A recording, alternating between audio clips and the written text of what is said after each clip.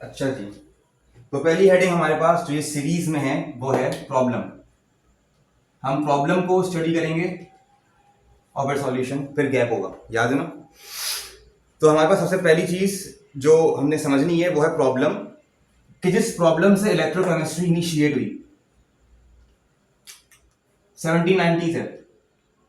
गैल्वानी साहब जो हैं वो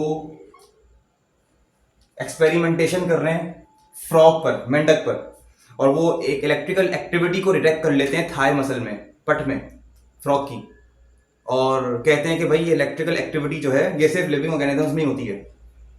ठीक है, एक ख्याल था वाइटल फोर्स, जो लोग साइंटिस्ट थे बहुत ज़्यादा उस टाइम पर मानते थे इस थ्योरी को। लेकिन फिर वोल्टा साहब आते हैं, और वोल्टा साहब जो हैं, ये थोड़ी सी हमारी अलग डायरेक्शन में जाएगी, नहीं जानी चाहिए। ठीक है, हम अपने टॉपिक पर ही ज़्यादा बेहतर है। वोल्टा साहब जो हैं, वोल्टा साहब फिर आकर कहते हैं कि नहीं, जो इलेक्ट्रिकल एक्टिविटी गैल्वानी जिसकी बात कर रहा है वो इलेक्ट्रिकल एक्टिविटी मैं मेटल से भी जनरेट करके दिखा सकता हूं। ये था वो पॉइंट कि जिस पर एक प्रॉब्लम अराइज होती है, और गैल्वानी और वोल्टा दो एंटेगोनिस्ट बन जाते हैं। गैल्वानी साहब केमिस्ट तो थे भी नहीं, वोल्टा तो फिर भी चलो फिजिकल केमिस्ट है, गैल्वानी तो केमिस्ट था भी नहीं। गैल्वानी क्या था, एनाटॉमिस्ट था, दैट्स इट। तो वो ज्यादा काउंटर कर नहीं पाता, ठीक है, और वो इतने पेपर लिखता भी नहीं है फिर, क्योंकि फिर ये बात ओरिजिनेट नो डाउट गैल्वानी ही करता है इलेक्ट्रोकेमिस्ट्री की। उसको फॉलो अप कौन करता है, वोल्टा एंड सो ऑन। ठीक है, फिर लंबी तवील फहरिस्त है साइंटिस्ट की। प्रॉब्लम क्या जनरेट हुई वोल्टा को, वोल्टा को प्रॉब्लम जनरेट हो रही थी, वो ये हो रही थी कि वो कहता है कि मैं मेटल से क्या कर सकता हूं, इलेक्ट्रिकल एक्टिविटी जनरेट करके दिखा सकता हूं। मैं वोल्टेज पोटेंशियल अभी जनरेट करके दिखाता हूं। वो कहता है कि जब भी मेटल, व्हेनेवर मेटल, कोई सही मेटल, डजंट मैटर कौन सा है, metal is immersed, is dipped, जब वो कांटेक्ट में आता है अपने ही आयंस के साथ, सॉरी हमें नहीं पता कौन सा मेटल है, हमें नहीं पता क्या वैलेंसी होगी उसकी, एनीवेज एक्स कर देते हैं। जब व्हेनेवर मेटल, जब भी कोई मेटल कांटेक्ट में आता है अपने आयन से, तो दो में से कोई एक केस हो सकता है, केस वन, केस टू। कुछ मेटल्स ये केस शो करते हैं, कुछ मेटल्स ये वाला केस शो करते हैं। दोनों ही केसेस में एक प्रॉब्लम अराइज होती है। खैर, तो होता क्या है, एक केस में क्या होता है कि आयंस अट्रैक्ट होते हैं फ्री इलेक्ट्रॉन से, जो कि मेटल्स में मौजूद होते हैं, और ये जो आयंस हैं ये फ्री इलेक्ट्रॉन्स को हासिल कर लेते हैं, पिकअप कर लेते हैं, और रिड्यूस होकर कॉपर कॉपर या एनी मेटल, मेटल की रॉड को क्या कर लेते हैं, पर डिपॉजिट हो जाते हैं, और कुछ इस तरह की इक्वेशन शो करते हैं। M, let suppose any metal, कोई वैलेंसी है उसकी, कोई एक्स अमाउंट ऑफ इलेक्ट्रॉन्स उसने ले लिए हैं, और वो डिपॉजिट हो गया है और वो न्यूट्रल हो चुका है। ये इक्वेशन बनती है रिडक्शन, स्टैंडर्ड रिडक्शन। ओके, एक कंडीशन ये, इस कंडीशन में क्या होगा, इस कंडीशन में आपकी जो मेटल की रॉड है वो पॉजिटिवली चार्ज हो जाती है, राइट, इलेक्ट्रॉन्स लॉस हो रहे हैं ना रॉड से, और उसके सराउंडिंग में एक नेगेटिव जो है लेयर सराउंड कर लेती है उसको, आयंस, काउंटर आयंस जो होंगे इस आयंस के, ठीक है, पॉजिटिव आयंस के। तो क्या हुआ इस केस में, इलेक्ट्रॉन्स रॉड में जो होते हैं फ्री इलेक्ट्रॉन, हर मेटल में कोई ना कोई फ्री इलेक्ट्रॉन्स होते हैं, मेटालिक बॉन्ड पड़ा होगा, फ्री इलेक्ट्रॉन्स की का एरे होता है। तो वो जो इलेक्ट्रॉन्स हैं वो रिड्यूस कर देते हैं सरफेस पर आने वाले, अट्रैक्ट होने वाले आयंस को, वही अपने मेटल आयंस को रिड्यूस करने के बाद क्या होता है, मेटल की जो रॉड होती है वो आहिस्ता आहिस्ता इलेक्ट्रॉन डिवीजन होना शुरू हो जाती है, उसके सराउंडिंग पर पॉजिटिव की लेयर आ जाती है, और इन इमीडिएट कांटेक्ट सॉल्यूशन में नेगेटिव टेंडेंसीज आ जाती हैं उसके सराउंडिंग में। उसको बैलेंस करने के लिए एक लेयर बन जाती है positive negative alternate, where metal is positively charged and the negative ions are surrounding it, right. अच्छा, दूसरा केस क्या पॉसिबल है, दूसरा केस पॉसिबल ये है कि मेटल की सरफेस पे जो ऑलरेडी न्यूट्रल मेटल मौजूद हैं वो अपने इलेक्ट्रॉन्स को क्या करके रॉड में छोड़कर, रॉड में इलेक्ट्रॉन्स को छोड़कर खुद सॉल्यूशन में जाना शुरू हो जाते हैं, और खुद क्या बन जाते हैं, कैटायंस, और वो आयंस जो है वो सॉल्यूशन में जाना शुरू हो जाते हैं, ऑक्सीडेशन। ठीक है, ऑक्सीडेशन, होना शुरू हो जाती है मेटल की रॉड के सराउंडिंग पर, जो कांटेक्ट हुआ है सॉल्यूशन से, वो वाले मेटल्स की बात कर रहा हूं। तो वो फिर क्या होना शुरू हो जाते हैं सॉल्यूशन में। इस केस में रॉड जो है, पहले वाले केस में रॉड पर पॉजिटिव चार्ज होता है और रॉड मोटी होना शुरू हो जाती है, और इस केस में क्या होता है मेटल पर नेगेटिव चार्ज एक्सिस में आ जाता है, क्योंकि सरफेस पे ऑक्सीडेशन हो रही है, सरफेस पे क्या हो रहा है इलेक्ट्रॉन्स रॉड पे छोड़े जा रहे हैं और पॉजिटिव आयंस जो है पॉजिटिव सॉल्यूशन में जा रहे हैं। तो क्या होगा, एक पॉजिटिव लेयर सराउंड करेगी किसको, रॉड को। तो ऐसे में अगेन क्या होगा, डबल लेयर तो जनरेट होगी, यहां पर पॉजिटिव नेगेटिव की, यहां नेगेटिव पॉजिटिव की, राइट। दोनों ही केसेस में एक बात कॉमन है, डबल लेयर, ठीक है, डबल लेयर जनरेट होगी। और अभी याद रखना, ये जो डबल लेयर की मैं बात कर रहा हूं, ये जो मैं ऑक्सीडेशन और रिडक्शन की बात कर रहा हूं, आप लोगों ने जो दिमाग में वो डायग्राम्स है ना, दो दो हाफ सेल्स बने होते हैं, उनको भूल जाओ, अभी सब कुछ भूल जाओ, हाफ सेल्स पे भी अभी हम आएंगे।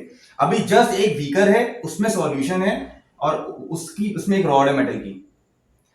Whenever metal is immersed into a solution of its own ions, या तो केस 1 होगा या तो केस 2 होगा, दोनों ही केसेस में charge separation double layer generate होती है। इस डबल लेयर को क्या कहते हैं, हेल्महोल्ट्ज।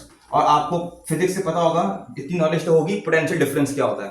पोटेंशियल डिफरेंस क्या होता है, whenever two charges are separated between them there is a field, और उस फील्ड में की जो का एक डिफरेंस की डेफिनेशन होती है वो ये होती है कि आप एक चार्ज लें, कोई सा भी सपोज कर लें, और उसको उस फील्ड के अपोजिटली मूव कराएं। Let's suppose there are two charges positive and negative, बीच में आपने उसको सेपरेट कर दिया है, और अब एक चार्ज को ले लो, let's suppose point charge positive, जो कि जाना चाहता है नेगेटिव की तरफ, आप उसको against their natural flow move कराने की कोशिश करें। ये नहीं आप कर सकते काम जब तक कि इसको कोई एनर्जी ना दी जाए। जैसे कि ये पेन है, इसको छोड़ूंगा ये नीचे ही जाएगा, लेकिन अगर ये पेन मैं बोलूं कि ये छोड़ दिया और ऊपर जा रहा है, तो आप क्या बोलोगे कि कोई है जो इसको ऊपर लेकर जा रहा है, कोई है जो इसमें पोटेंशियल एनर्जी दे रहा है, जो ये ऊपर जा रहा है, ऐसा ही है। तो पोटेंशियल डिफरेंस क्या होता है, वोल्टेज क्या होता है, it is the amount of energy required to move a point charge, a unit charge, to move against its natural flow when two charges are separated। तो ये दो चार्जेस सेपरेट हुए तो बीच में जरूर कोई ना कोई पोटेंशियल डिफरेंस भी होगा, लाजमी होगा, जिसको हम मेजर कर सकते हैं। अब आते हैं प्रॉब्लम ये है कि आप इसको मेजर कैसे करोगे, how will you calculate, how will you measure the voltage generated. यानी मेरे कहने का मतलब ये है, आप ये रॉड है, ये बीकर है, मैंने कॉपर की रॉड को कॉपर सल्फेट के सॉल्यूशन में डाला, इलेक्ट्रिसिटी बनना शुरू हो गई, मैं ये कह रहा हूं, वोल्टेज जनरेट होना शुरू हो गया, मैं ये कह रहा हूं, but I can't use it, I can't even measure it. ये प्रॉब्लम है।